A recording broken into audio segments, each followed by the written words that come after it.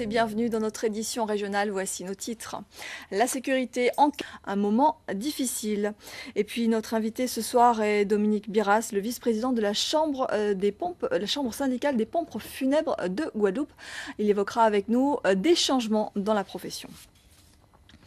Les étudiants et le personnel sont-ils en sécurité sur le campus de Fouillol? Malgré les travaux de rénovation et les nouvelles constructions, certains bâtiments tombent quasiment en ruine et présentent de réels risques. Récemment, le garde-corps en béton d'un bâtiment de recherche s'est effondré. Le président de l'université a pris un arrêté de fermeture. Victorin Lurel, lui, a de son côté interpellé Valérie Pécresse, la ministre de l'Enseignement supérieur, pour que les travaux du nouveau bâtiment de recherche soient accélérés. Le reportage de Bruno Porcio-Villon. Et nous reviendrons plus largement sur cette information dans nos prochaines éditions. Un incendie à la sécurité sociale, 900 employés ont dû être évacués. Ce scénario, qui pourrait tout à fait être réel, n'est en réalité qu'un exercice, vous l'aurez compris. Une simulation pour préparer au mieux les agents de la CGSS et de la CAF en cas de sinistre. Patrice Gonfier et Olivier Duflour ont assisté à cet entraînement.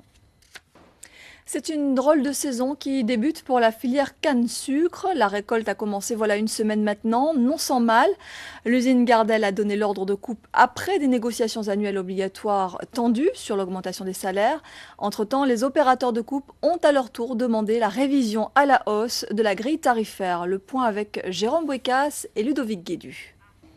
La filière canne-sucre-rhum, dont la récolte se tient traditionnellement de février à juin, joue un rôle prépondérant dans l'économie de la Guadeloupe. Avec quelques 5000 emplois, elle contribue fortement au maintien de l'activité dans les bassins agricoles ainsi qu'au maillage du territoire par ses unités industrielles. Voyons en détail le poids économique de cette filière avec Laura Séné. Politique, la députée Jeannie Marc a interpellé le ministre de l'Agriculture, Bruno Le Maire, aujourd'hui à l'Assemblée nationale sur le devenir de nos cultures d'exportation. Des productions menacées dont les dispositifs de protection ne seraient plus garantis. On écoute son intervention et la réponse du ministre. Total. En bref, Claude Issiard pressenti comme le nouveau délégué interministériel à l'égalité des chances. Il remplacerait Patrick Caram, nommé à ce poste en 2007. Claude Issiard, que l'on connaît depuis longtemps en tant qu'animateur, patron également de la radio Tropique FM, a été reçu aujourd'hui à l'Élysée. On devrait en savoir plus dans les prochains jours. Du nouveau dans les pompes funèbres, désormais, les enterrements ne pourront plus avoir lieu le dimanche et les jours fériés. Le diocèse, la chambre syndicale des pompes funèbres et les mairies se sont concertés aujourd'hui et appliqueront désormais le décret du 28 janvier dernier. Pour comprendre ce changement et ses conséquences, nous recevons sur ce plateau ce soir Dominique Biras, le vice-président de la Chambre syndicale des pompes funèbres de Guadeloupe. Bonsoir Monsieur Biras. Bonsoir. Merci d'être avec nous. Alors aujourd'hui, qu'est-ce que cela implique pour vous, pompes funèbres? Quel est le principal changement? Justement, vous demandez, vous, la mise en place d'un bulletin de décès qui remplacera donc l'autorisation. Tout à fait. Alors justement, j'allais y venir. Si effectivement un décès intervient un jeudi ou un vendredi, qu'on se retrouve avec le dimanche et un lundi férié, il y a des soins de conservation du corps. Vous en des avantages pour vous, on vient de l'entendre. En revanche, un manque à gagner pour les communes qui percevaient jusqu'ici des... Merci beaucoup Dominique Biras pour toutes ces précisions. On aura bien évidemment l'occasion d'y revenir avec des reportages. Merci.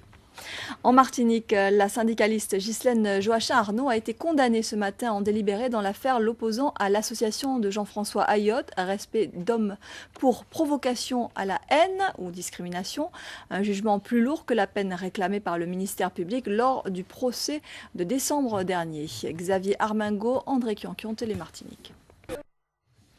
En Haïti, le deuxième tour des élections se prépare. Il aura lieu le 20 mars et se jouera entre Michel Martelly et Mirland Maniga. La situation sanitaire reste critique. On note cependant une diminution des cas de choléra chez les enfants de l'île. Les précisions de Christian Lagauche. Du sport avec les Jeux scolaires et universitaires de Blanchette, ça se passait à Gourbert, inscrit au calendrier officiel des manifestations sportives de l'UNSS. Ce rendez-vous était surtout l'occasion de sensibiliser les participants au respect de certaines valeurs. Pour cela, 16 équipes ouvertes à la mixité et 3 disciplines à l'honneur, le handball, le football et le basketball. Le reportage de Julien Babel et Michael Bastide. Place maintenant à l'actu politique, c'est notre page consacrée au cantonal. Et nous retrouvons Ludivine Guiolet. Bonsoir Ludivine. Bonsoir On Laetitia. part à Saint-Claude ce soir. Oui, Ce effectivement. canton Ludivine, ils seront 4 à se disputer le siège de conseil. Voilà Laetitia, c'est tout pour ce soir. Merci Ludivine Guiolet, on vous retrouve demain soir. Non, c'est Eric Rayap. Eric Rayapin, Voilà. très bien. Le carnaval à présent, les enfants attendent ce moment festif et coloré avec impatience. Et parmi les déboulés, il y avait aujourd'hui celui des enfants du centre hospitalier de Pointe-à-Pitre. Pour ces enfants qui passent des moments parfois difficiles, c'est une occasion pour s'évader et se distraire. Le reportage de Paul-Henri Scoll et Ronnie Maletti.